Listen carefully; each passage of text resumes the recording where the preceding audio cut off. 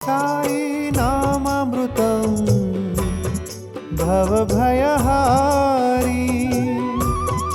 సాయి నామామృతం భవభయహారి. అనుకోకుండా కష్టాలు వచ్చినప్పుడు, చిక్కుల్లో పడినప్పుడు సాయి నీవే దిక్కు, మమ్మల్ని రక్షించవయ్యా అని వేడుకుంటాం. ఈ కష్టాల నుంచి బయటపడితే షిరిడీ వస్తాం, నీ దర్శనం చేసుకుంటామని కూడా మొక్కుకుంటాం. రక్షించు సాయినాథ, కాపాడు అని విడవకుండా ప్రార్థన చేస్తాం. తీరా చిక్కులోంచి బయటపడగానే చేసిన భాషలు మర్చిపోతాం. ఆ తర్వాత అంతా మామూలు.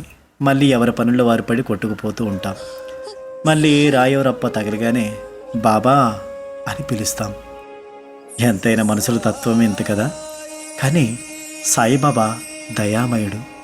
భక్తుల మనసులో ఏముందో సాయి ఇట్టే తెలుసుకోగలరు.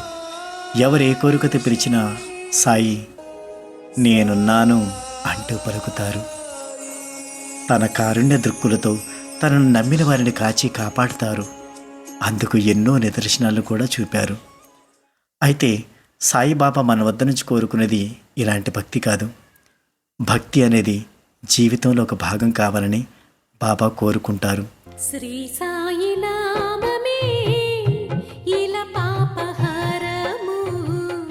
శ్రీ సాయి ఎల్లవేళలా దైవనామస్మరణ చేయడం, కష్టాల్లో ఉన్నవారిని ఆదుకోవడం, ఆకలితో ఉన్నవారికి అన్నం పెట్టడం, మంచి భావనలతో మనసును నిష్కల్మషంగా ఉంచుకోవడం, ఇతరుల్ని నిందించకపోవడం, ఇంకా ఎన్నెన్నో సద్బుద్ధులను తన ఆధ్యాత్మిక పదంలో చేర్చారు. ఇవన్నీ ఆచరించే వారిని సాయిబాబా సదా అంటిపెట్టుకునే ఉంటారు. బాబా చూపిన ఆధ్యాత్మిక బాట కేవలం భక్తిపరమైందే కాదు, అది మంచి జీవన శైలిని కూడా అలవరుస్తుంది. దానిని ఆచరించిన వారు అన్నిటా మంచి ఫలితాలను పొందుతారు.